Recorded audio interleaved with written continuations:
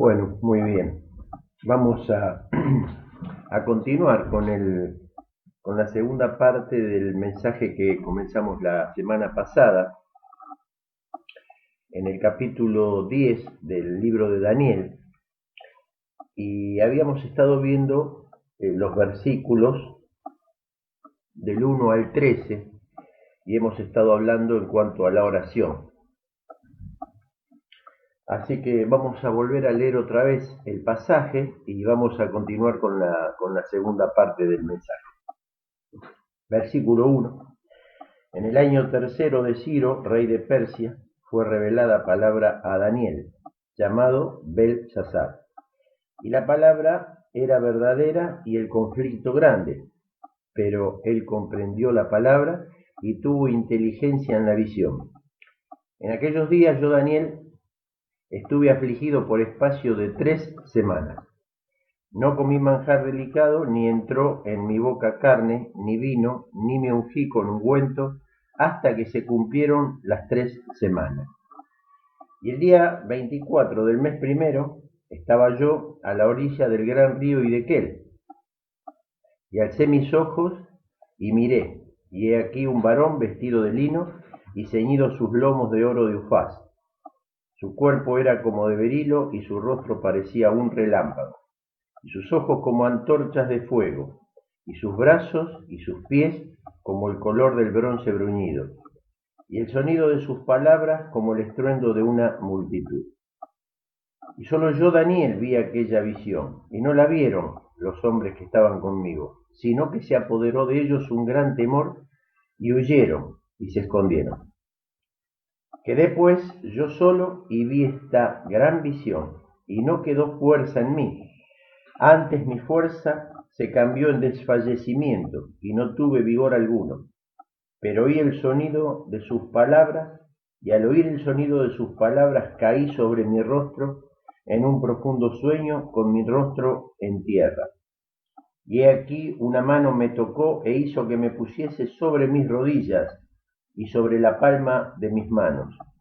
Y me dijo: Daniel, varón muy amado, está atento a las palabras que te hablaré y ponte en pie, porque a ti he sido enviado ahora. Mientras hablaba eso, conmigo me puse en pie temblando. Entonces me dijo: Daniel, no temas, porque desde el primer día que dispusiste tu corazón a entender y a humillarte en la presencia de tu Dios, fueron oídas tus palabras, y a causa de tus palabras yo he venido. Mas el príncipe del reino de Persia se me opuso durante 21 días, pero he aquí, Miguel, uno de los principales príncipes, vino para ayudarme, y quedé allí con los reyes de Persia. Hasta acá la palabra. Habíamos visto algo en cuanto a la oración. Nosotros sabemos y tenemos muy claramente que Satanás ya fue juzgado en la cruz, fue vencido por el Señor, esto fue mostrado públicamente. La victoria en el Calvario fue la que destruyó, por así decir, todas las exigencias que Satanás nos imponía a nosotros, los seres humanos.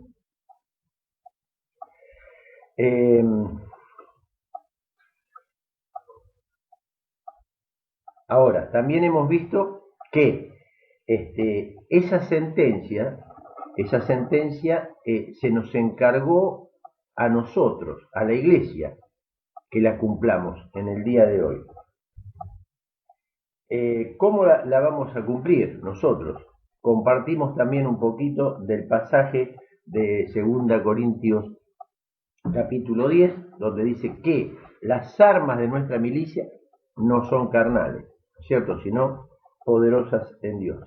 Y va derrubando todo tipo de altivez que se levanta contra el conocimiento de Dios y que lleva cautivo todos nuestros pensamientos nuevamente a la obediencia a Cristo. Acá estamos hablando de poderes sobrenaturales sobre los cuales humanamente no podemos hacer nada más que hacer intervenir a nuestro amado Salvador, ¿no? Y Él intercede a nuestro favor.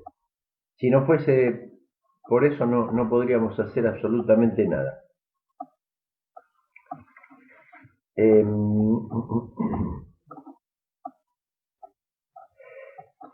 Bueno, y a veces habíamos visto que es tan, pero tan importante la oración, ¿no es cierto? Ahora, nosotros vivimos en un tiempo tan rápido, tan apurado, y estuvimos viendo un poco la astucia de Satanás, de qué manera, como no lo vemos, no sabemos cómo se maneja. Pero si nosotros prestamos atención, la Biblia nos dice, en primer lugar, que tenemos la mente de Cristo. Y en segundo lugar, que no ignoramos sus maquinaciones, porque nos muestra claramente el Señor de qué manera se maneja. Y vemos que Él es muy astuto y nos mantiene ocupados muchas veces, haciendo montones de cosas, todas lícitas, todas cosas que son permitidas hacer, que no está mal que las hagamos, como leer buenos libros, habíamos visto, ¿no es cierto? Como predicar el Evangelio, como venir a la iglesia, crecer, leer la Biblia, estudiar, trabajar, hacer montones de cosas, pero el tema es que no nos queda tiempo para orar. No nos queda tiempo para orar. Y todas esas cosas son muy buenas. Pero para poder empezar a pelear esta batalla, tenemos que empezar por la primera parte, por la que no hacemos. Entonces, nos cansamos, nos fatigamos muchas veces, ¿no es cierto? Y nos preguntamos qué pasa que no hay victoria acá en esto. Bueno, entonces lo que tenemos que tratar de entender es que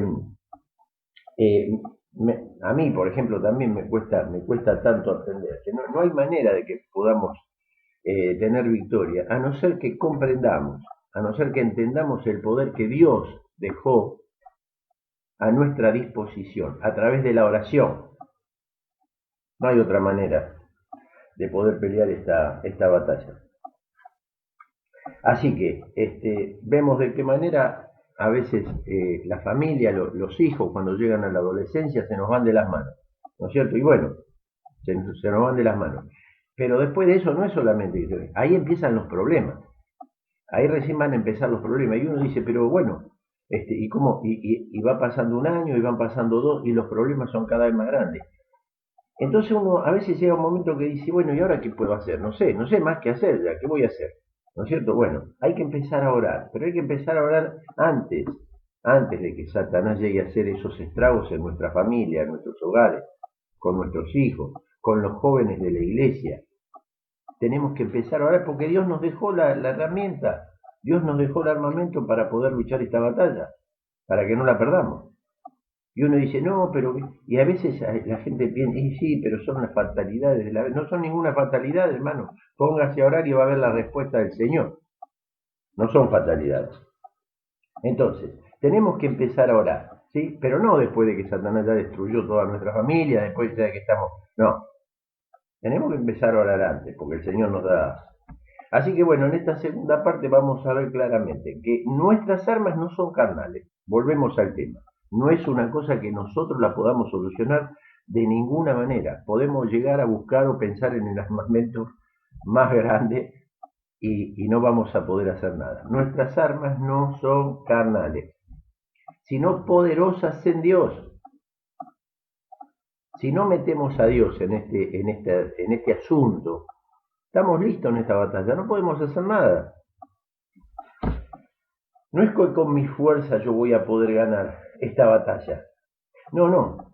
Pero si yo tengo un armamento que Dios dejó a mi disposición, entonces ¿por qué no lo voy a usar? Y esta batalla que se libra entre el cielo y la tierra, porque ya lo hemos visto, ahora vamos a volver a ver otra vez los versículos 12, versículo 13, ¿no es cierto? Donde después de 21 días recién pudo Daniel recibir la respuesta. Pero ¿qué pasa? Y el ángel, sin tener que darle ni explicación, vino y se la dio, ¿no? Lo que pasa es que mientras yo venía para acá, hubo problemas en el reino espiritual y me enfrenté con... Bueno, y estas cosas pasan, no las vemos, no son visibles a nuestros ojos. Entonces, como no las vemos, no creemos que es así, muchas veces. Pero esta guerra existe. Y el ángel vino y le avisó a Daniel. Vamos a volver a leer el versículo 13, donde dice, más el príncipe del reino de Persia, fíjese, se me opuso durante 21 días. O sea, él estaba diciendo, Daniel, mira, desde que vos empezaste a orar, tus palabras fueron escuchadas en el cielo. y se mandó un ángel para que te dé la respuesta. Pero ¿sabes qué pasó? Hubo un problema. Tuvimos que venir después de 21 días porque estuvimos 21 días ocupados con una situación. Pero tus oraciones no es que no fueron oídas, porque no se te contestó enseguida. ¿Entienden?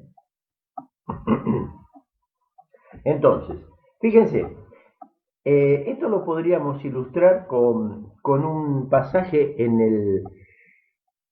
No lo vamos a leer ahora, porque más o menos conocemos un poco la historia. En Éxodo capítulo 17, donde vemos que el pueblo hebreo necesitaba agua, ¿no? Recordamos que andaban por el desierto, estaban cansados, tenían sed, por un tipo de desobediencia que nunca quisieron obedecer, estuvieron 40 años dando vueltas sin ningún sentido y necesitaban agua. Bueno, entonces se empezaron a quejar, a murmurar, qué sé yo, bueno, hasta que Moisés habló con Dios y Dios les proveyó agua a través de una roca.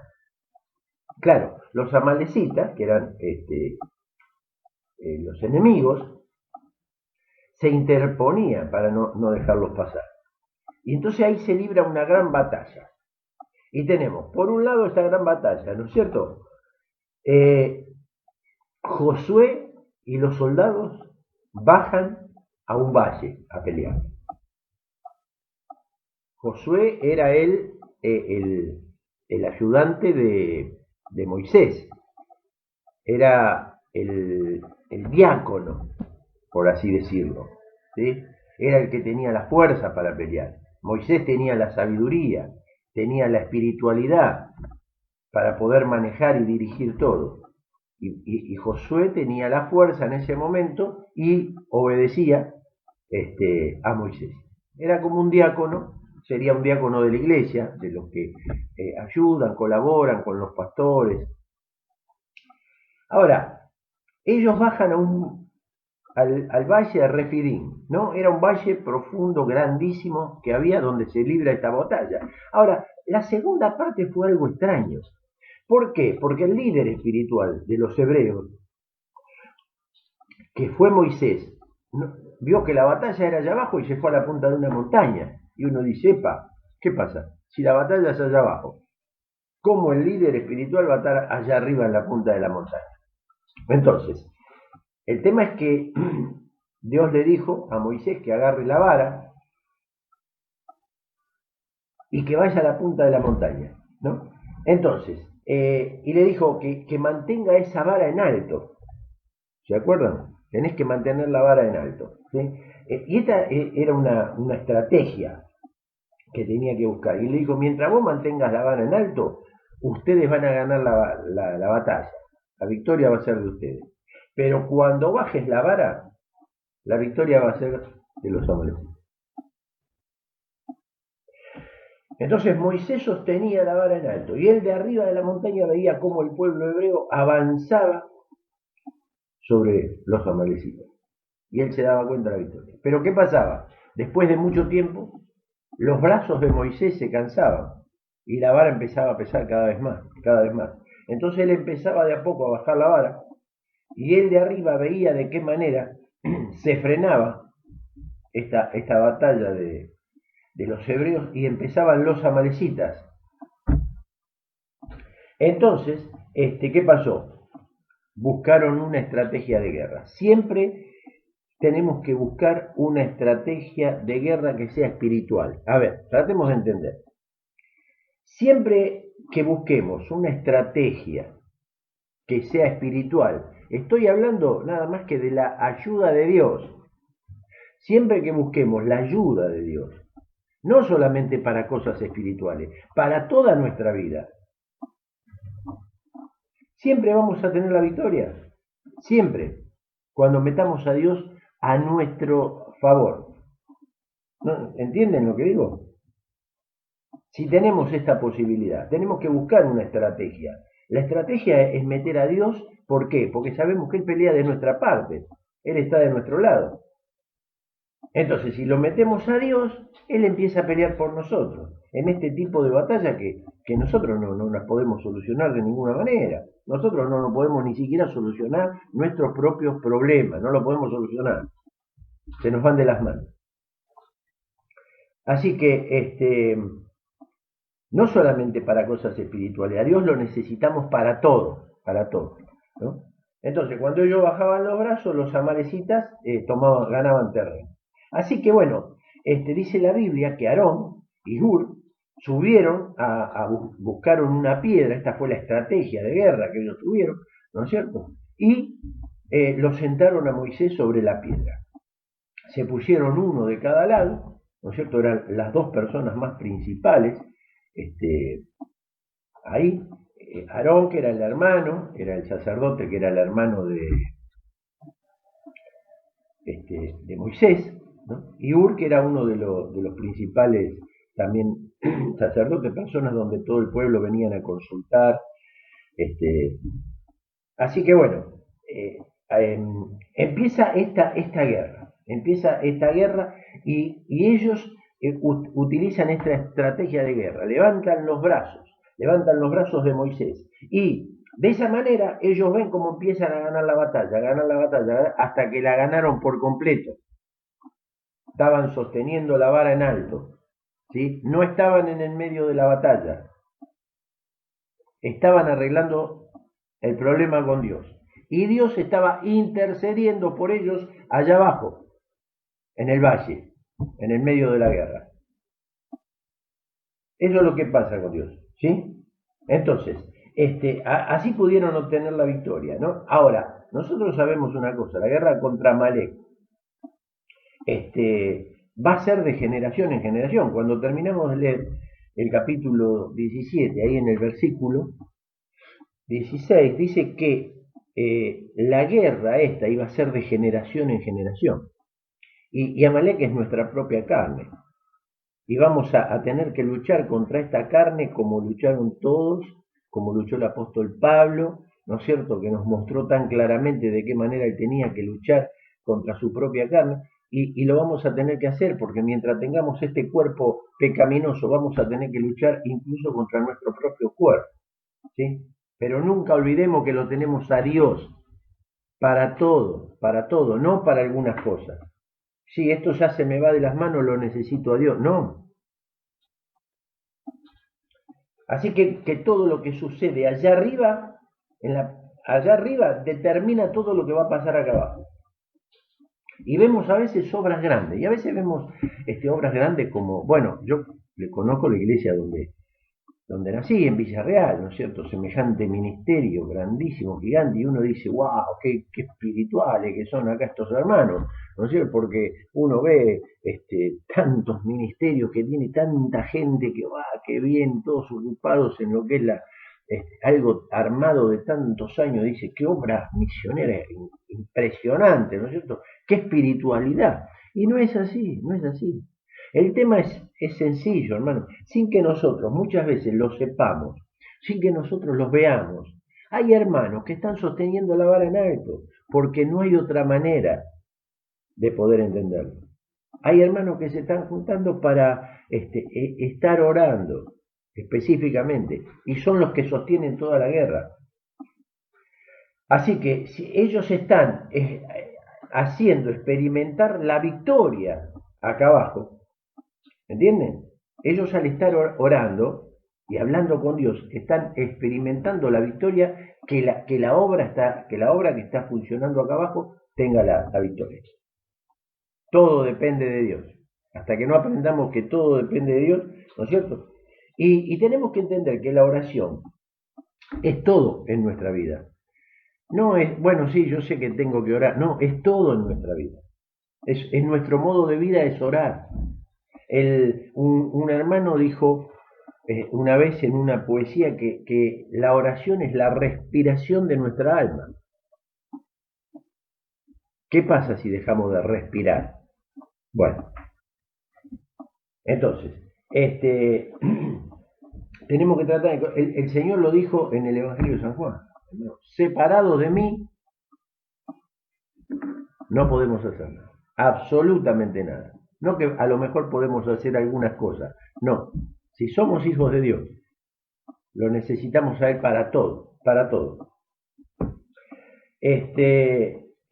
Fíjense, Dicen los evangelios que el Señor estaba en el huerto, en el Getsemaní, y él estaba muy triste y muy angustiado, hasta la muerte, llegó a decir en el Evangelio de Lucas. ¿Y qué es lo que se puso a hacer? Se puso a orar intensamente. ¿Para qué tenía que orar intensamente? Bueno, ¿para qué? Para estar preparado a no ser tentado. A ver, vamos a tratar de entender. El Señor se puso a orar intensamente en el huerto y se puso a orar para no ser tentado, por ejemplo, a pedirle al Padre, y el Padre le iba a mandar 12 legiones de ángeles. ¿Se entienden lo que estoy diciendo? 12 legiones de ángeles. Estamos hablando más de 72.000 ángeles. Estamos hablando que existiría un planeta menos, el planeta Tierra, más o menos. Entonces, él oró para no ser tentado a eso. Y la respuesta estuvo en la oración. Porque en el momento más crítico, de más dolor, de más angustia, en vez de pedir 12 legiones de ángeles, se puso a orar y diciendo: Padre, perdónalos porque no saben lo que hacen. Ahí está, estuvo preparado en oración toda la noche. Por otro lado, vemos a los discípulos, que el Señor vino y le dijo: oren conmigo, no oraron. Vino la segunda vez, le dijo: oren conmigo una hora, no oraron. La tercera vez y no oraron.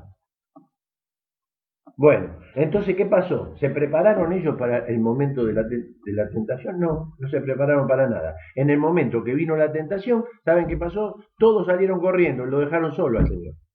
¿Se dan cuenta cuál es la diferencia de orar y de no orar? ¿Cuál es la respuesta cuando oramos y lo metemos a Dios? Y cuando no oramos y que decimos: no, esto no hace falta, que lo moleste a Dios y yo me arreglo. Bueno, los resultados finales después se ven de esa manera.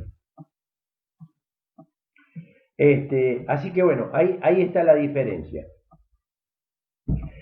Y hoy no se ve a los hermanos orando. ¿Sí? Hay que decirlo así. ¿Es triste? Sí, es triste. Lamentable. ¿Podemos hacer algo más que decirlo? No podemos hacer más que decirlo. Porque Dios no va a obligar a nadie, y ni nadie va a obligar a nadie a orar. Pero no se ve a los hermanos orando. No se ve a los hermanos predicando el Evangelio. Hoy no se ve. No se ven las iglesias llenas de gente, gente trabajando. No se ve. Cada vez hay menos gente en las iglesias.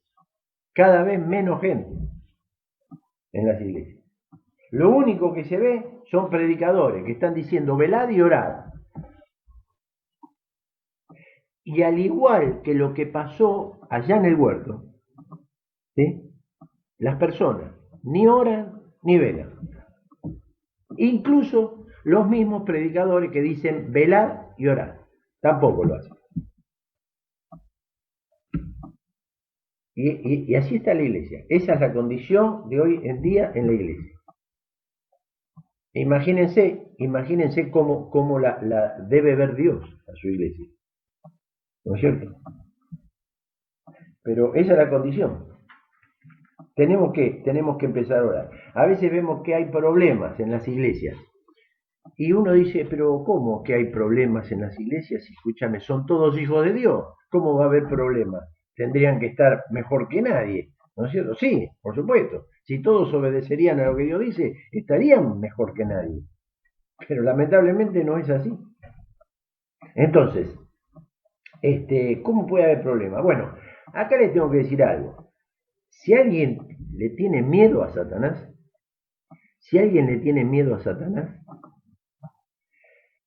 lo peor que puede hacer es venir y meterse entre un grupo de creyentes que tienen el deseo de orar. No es ir de noche a un cementerio. No. Eso solamente para películas es eso. Porque más paz que de noche y en un cementerio no va a encontrar en ningún lado. Le puedo asegurar. Pero donde se pone un grupo de hermanos, donde se juntan para orar, ahí es donde Satanás va a descargar todo el armamento que tiene. Esa es la guerra. Esas son las personas que le están haciendo la guerra a Satanás.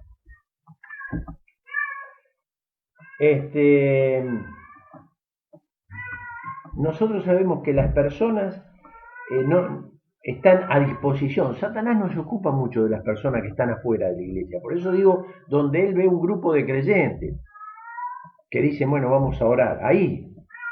Con las demás personas no saben por qué, por la sencilla razón que cuando Pablo le escribe a Timoteo, ahí en la segunda carta, le dice muy claramente que las personas están cautivas a voluntad de Satanás, están cautivas. Entonces no necesita hacerse tanto problema por eso. Pero cuando él pone la mirada en un grupo de personas, ahí es que descarga todo. Y esta es una batalla diaria. Esta es una batalla donde no hay una victoria final. Esta es una batalla donde uno no puede bajar los brazos. Esta es una batalla donde uno no puede decir, bueno, voy a dejar de orar por un par de días, después voy a volver a orar otra vez, ¿no?